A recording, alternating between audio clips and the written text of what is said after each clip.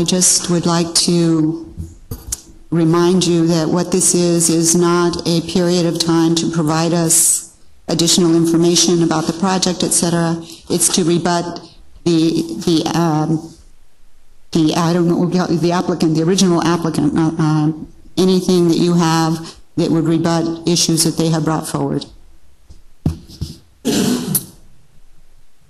I need to give my name again? Yes, please.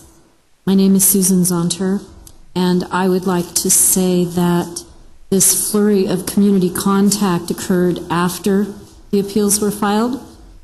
So, in essence, the project is somewhat held hostage by the appeal process, and I believe encouraged the project proponent to seriously contact the community. Unfortunately, there's the flip side of that in agreements beyond the Commission, Los Angeles County Commission process, although I'm sure it's contingent on your approval as to what the community has desired and has been promised by Alpine Solar.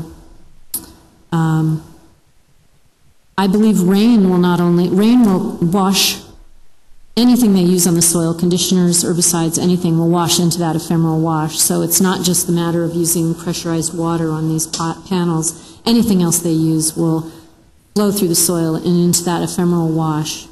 I wanted to point out that the mitigation land they call mitigation, the 40 acres in the SEA, was a land swap with the county for an easement. It was not originally stated as mitigation. So, and the land north of the wash still isn't permanently placed with a conservancy in mitigation, and its appropriateness as permanent habitat for the wildlife in place of the sensitive, or in place of the foraging habitat that will be essentially closed off. You know, is that adequate? I still have that question. Is that adequate for anything other than burrowing owls? And fencing off 17,000 acres of these cumulative projects that I put in the packet for you. This is information that we gathered from regional planning. So it's all in one place on avopenspace.org.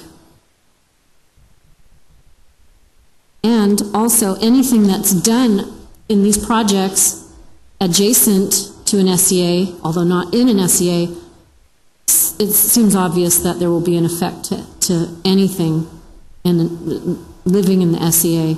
So I think that's important too. Thank you for your time. My name is Robert Karakas. I wanted to also state that it wasn't until the appeal came through that we had any cooperation from NRG. Initially, they came to an Antelope Acres Town Council meeting and said that they wanted to cooperate with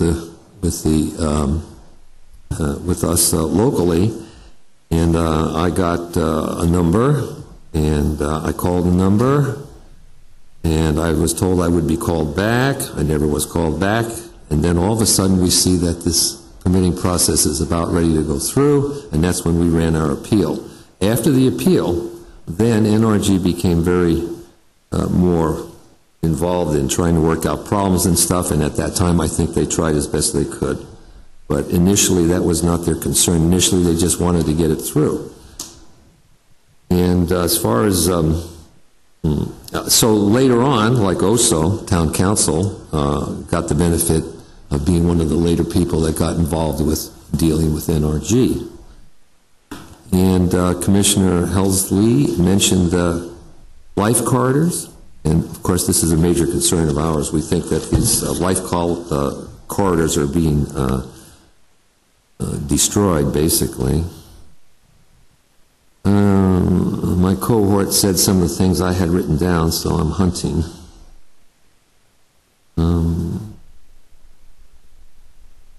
Also, of course, they entered into a confidential agreement with the town council, Fairmont Town Council. That's a town council. I don't know how they did that. And I know that at the next meeting that the town council had, a lot of people in that area were upset because they couldn't find out what the terms of this agreement was.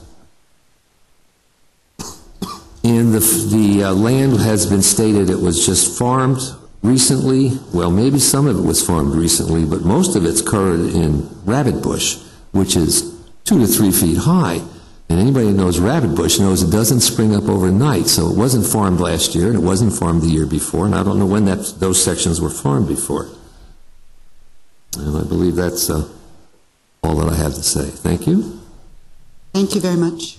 I just wanted to touch on 2 points. If you could I'm start so with your sorry. name. Margaret Ryan, Friends of Antelope Valley Open Space. I just wanted to touch on 2 points. I was glad to hear a comment from both the staff and the commissioners about the importance of having an area-wide plan in place concerning these many proposed solar and wind turbine developments. I think that's extremely important, and I would suggest that it's not appropriate to proceed with any more alternative energy installations until a plan has put in place that will address some of the issues such as mitigation land and wildlife corridors and connectivity between existing SEAs. And the second point I wanted to make was again to reiterate the fact that this land indeed is not in an SEA. However, it is literally surrounded by the 9 fragments of SEA 60, which is extremely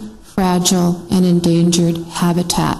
There's Joshua Tree, California juniper woodland, which once covered the entire western Antelope Valley. We've been losing it. We had a fire at Ripley Desert State Park, which is the only place currently where it's protected. We lost considerable acreage from that fire. We've actually had 2 fires out there. And then the fact that part of this important area was bulldozed is also a great concern. And I wanted to thank you for your time and for listening to us. We literally passed the hat to put the money together for this, but we're glad that there has been some significant changes made because of our appeal, and we thank you. Thank you very much.